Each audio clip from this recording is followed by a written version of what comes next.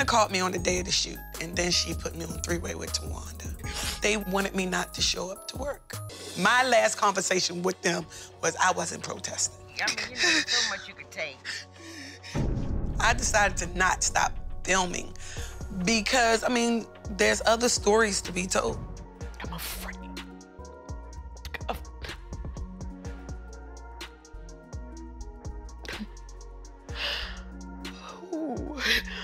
Okay, so we all know that the Braxton household has been a mess for a while now, and most of their show revolves around their grief on Traci Braxton's death. Well, it looks like although the Braxton sisters portray to be heartbroken over their sister's passing, they haven't lifted a finger to support her remaining family.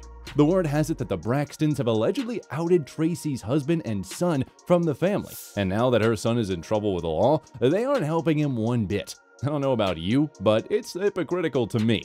We've got all the tea, so let's get into it. 1. Traci's son in jail. Okay, so in case you didn't catch it, the latest episode of The Braxtons brought all the drama. You see, Tawanda was with Evelyn and Trina, and just as they were catching up, the phone rang, and it was Kevin Jr. Turns out, this call would be the last for a couple of days because he'd been arrested while he was on the phone with the aunties. And the charges were tied to his messy divorce from Olivia. The cherry on top is that he had a warrant for failing to show up in court over those very charges. During most of the session, Evelyn was concerned about how Kevin and Olivia were handling Traci's death. However, after that call, Trina conveniently changed the topic, claiming that she was considering seeing the grief counselor again. What's more surprising is that Evelyn and Tawanda agreed with Trina's decision. I mean, did they not see their nephew go to jail in real time? They should actually be trying their best to get him out of there. Honestly, what has this family come to? But instead of rushing to Kevin Jr.'s side, what did our Braxton sisters do? Oh, they jumped straight into gossip mode. Trina casually mentioned she might just see the grief counselor again, while Tawanda pointed out that all the sisters are still dealing with their loss. Fair enough, right? Cut to later though, and Evelyn is out for a park stroll with Tamar, who's busy brainstorming names for her new self-help book. She's leaning towards under construction, and Evelyn, ever the supportive mom, calls it good therapy for her daughter. So there you have it. The sisters, supposedly mourning Traci, are instead chatting about book titles and gossiping about Kevin Jr.'s latest arrest. And if that wasn't enough, later in the episode, Tawanda, who's already out picking up her own kids, decides to give her jailed nephew a quick call. Surprise, surprise, Kevin Jr. had been in jail for a while, and it looks like his family barely noticed. Or should I say, they just didn't care enough to know. Calling Scratchy. The person you have dialed is not able to receive calls at this time. Tomorrow morning, Trina and I are off to D.C., and we're going there to track down little Kevin because his phone is going straight to voicemail, and he's never taken more than 2 days to call me or Trina back. So knowing that he has serious health issues right now, seizures since his mom passed. So we need to hop on the plane, get to D.C., and just figure out what's going on.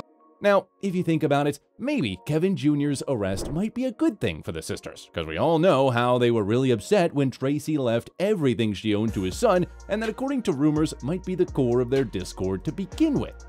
In case you've been living under a rock this whole time, Traci Braxton made Kevin Jr. her executor, and the lawyer mentioned that at the end of her days, she didn't even consider anyone else, not even her husband. She was incredibly confident about who she wanted to be her executor, and that was one person. And Tavius also revealed that Traci was more than mentally stable when she recorded that will. And as you can see, the attorney made sure to disclose the information in front of one of the sisters' cause. We all know how these things unfold, especially when money comes in between. And Tavius revealed that Traci was really concerned about his son's future, allegedly in that horrid family, and that was the main reason she made that financial decision. She trusts me so much with her legacy that she'll put it in my hands. It's just stuff she told me when I was young. Really? Like, so this was no surprise to you? It wasn't a surprise to me. You see, Kevin Jr. supported his mother in her journey to heaven, and that may be the biggest testament of his love for his mother. But on her passing, he wrote a heartfelt tribute to his mother on social media. When I heard the news about my mother being sick, first thing she said was, "I'm going to fight and beat this." She fought to the end, and today she's at peace. I love my mother forever, and this hurts so much, but I'm at peace knowing she isn't in pain anymore. I love you, Ma. I'm going to miss you. However, her sisters also tried to rewrite Kevin Jr.'s message, but it felt flat. They said, "It is with utmost regret that we inform you of the passing of our sister Traci. And needless to say, she was a bright light, a wonderful daughter, an amazing sister, a loving mother, wife, grandmother, and a respected performer. We will miss her dearly. Traci passed this morning as the snow was falling. Our angel is a snowflake. We ask that you respect our privacy as we plan to send her home with love, celebrating her life, and we are family forever." If you don't remember, in Season 1 of The Braxtons, the sisters ultimately put their public image over their own family tragedy. While they discussed their tense relationship with Kevin Sr., it became clear they were more focused on the reputations than actually mourning Traci's passing. Tony tried to play peacemaker by suggesting Trina reach out to Kevin Sr., but Trina was quick to shut it down, making it clear that the family had no interest in mending any fences. Tony said, "I can understand why no one wants to talk to little Kevin's father. There was a pretty public rift between us and him right after Traci died." Tony's also confessed that the reason behind the sisters' cold shoulder towards Kevin Sr. You see, the Braxtons were deeply offended by his decision to hold a funeral for Traci after her passing on March 12, 2022. According to Tony, Traci had made it known she never wanted a funeral because she did not want anyone to be sad for her. Kevin Sr., however, went against her wishes, holding a public memorial complete with Zoom links for those who couldn't attend in person. And of course, the sisters and their mother refused to participate, claiming that this wasn't what Traci wanted. Tony tried to defend Kevin Sr., suggesting maybe he and Traci had talked privately about other funeral plans. But the sisters quickly jumped on this, convinced it was another excuse. The show revealed that Kevin Sr. insisted Traci wanted a funeral initially, and only changed her mind when she was on her deathbed and not in a state to make clear decisions. The whole drama ended up driving a wedge between Kevin Sr. and Kevin Jr., who, instead of standing by his dad, sided with the Braxtons, believing his mother was fully aware and serious about her decision.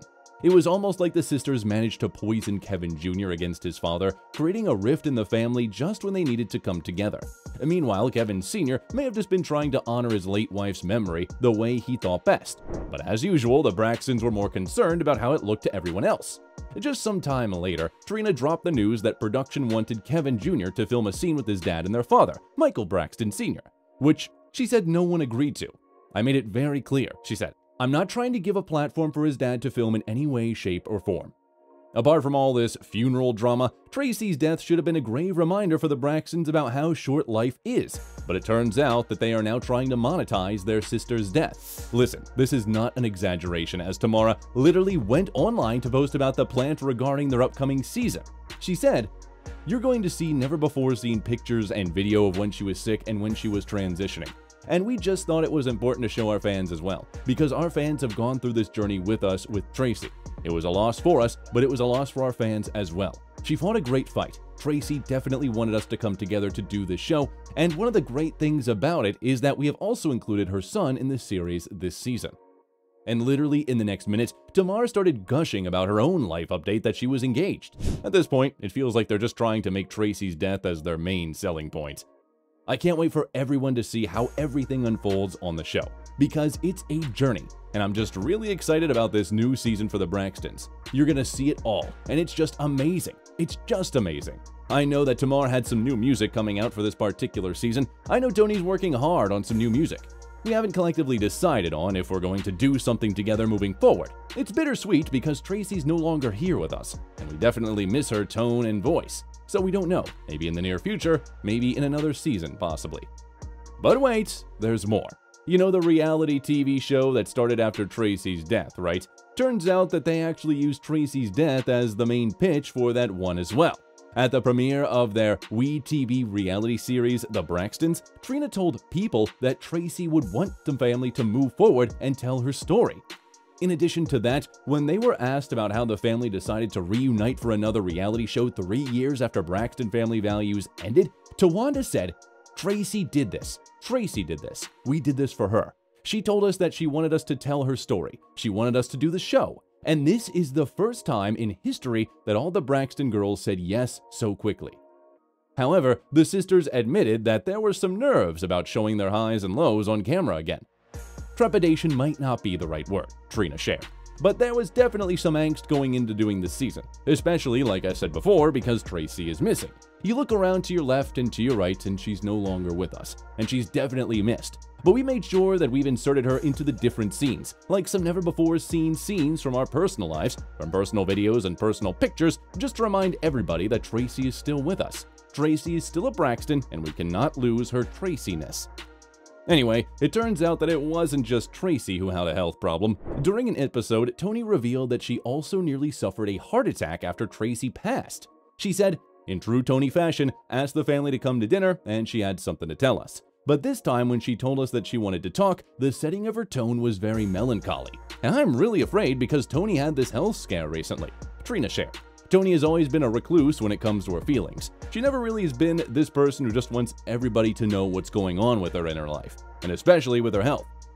You see, Toni was diagnosed with lupus back in 2007, and she claimed that she had other reasons as well to keep her medical information hidden. She revealed, I know that I have to tell the girls about a health scare, which makes me feel some kind of way because the last health scare we had was Traci, on the brink of the Traci stuff. I don't want to get them riled up thinking, oh, is Toni okay? So I don't even want to tell them. Maybe I shouldn't. I don't know. The Braxton sisters also decided to throw a bittersweet party for Traci, even though she wasn't there to celebrate it. Tawanda and Trina showed up with their kids and their kids' significant others, and what seemed like a heavy cloud hanging over them. Tamar also made her entrance, looking like craving trouble, but somehow managed to turn her melancholy into a complaint about the harp player. During their celebration, the sisters sat around, eating and reminiscing in front of a photo of Traci, when Tamar suddenly started lamenting how she was the last one to find out about Traci's cancer diagnosis. She recalled how she pieced together things when she saw Evelyn crying, but wasn't officially told until Traci was already in hospice. Evelyn quickly explained that Traci didn't want her to tell Tamar or Toni, which upsetted Tamar even more. Trina wasted no time pointing out that Tamar had been at odds with Traci, which, unsurprisingly, Tamar shot down, insisting they were on good terms. She rattled off memories of Traci opening for her on tour and helping her organize her closet in California, as if that wiped away all their previous conflicts. In her green screen interview, Tamar waxed poetic about the good times and wished for more time with Traci. But let's be honest, Tamar's sudden switch to the grieving sister act seemed like a stretch. You see, Tamar once literally kicked Traci out of the movie theater when they went to see a movie together. I went to see Tamar with her movie. Okay.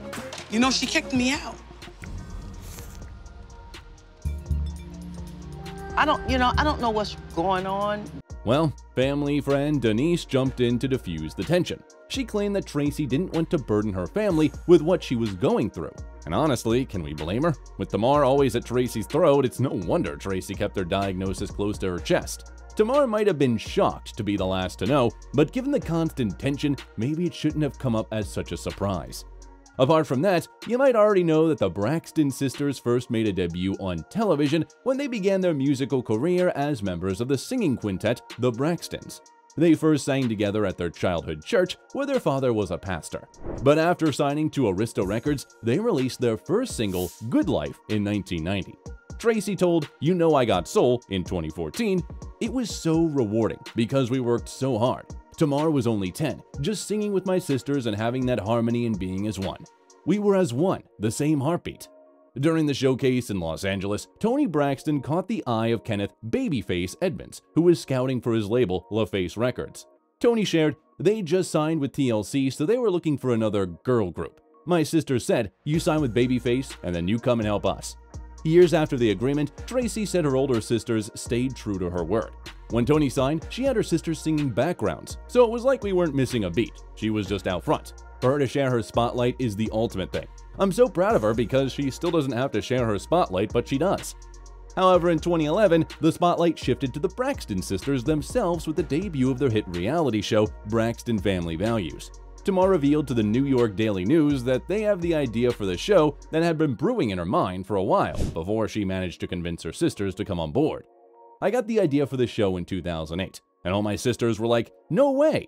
I think we realized we all had the stories to tell. We didn't do this as a career move. It's something we felt we had to do. We thought that as females, it could make a difference in other people's lives." so it's clear that the success was a joint effort. So it's still mind-boggling that through so much together, they still decided to abandon their nephew so soon after his mother's death. Well, fans are right beside Kevin Jr. on this one. What hurts my heart in regards to Traci's son, her only child, is he's dealing with the loss of his mom and his wife. He's getting a divorce, 2 major losses. I don't care about these sisters. I'm praying for Traci's son that he can find peace through counseling, or people that have enough love and compassion for him through this terrible time in his life. In God we trust. Another added, Traci was still with her husband. We only know of her being with him. The rest of the sisters been in more than one relationship. I feel bad for Kevin Jr. more than anyone. Now, I never saw Traci and Trina fall out, but I remember Traci calling Tawanda a snake. Traci getting upset at Tony for telling her she needs to lose weight. Also, Traci and Tamar stayed at it. But what I noticed, Kevin always had Traci's back no matter what. I just think the sisters have a lot of secrets. And like Kevin said, he was the one with her when finding out she was sick until her last days. That's it for today. See you in the next one. Goodbye.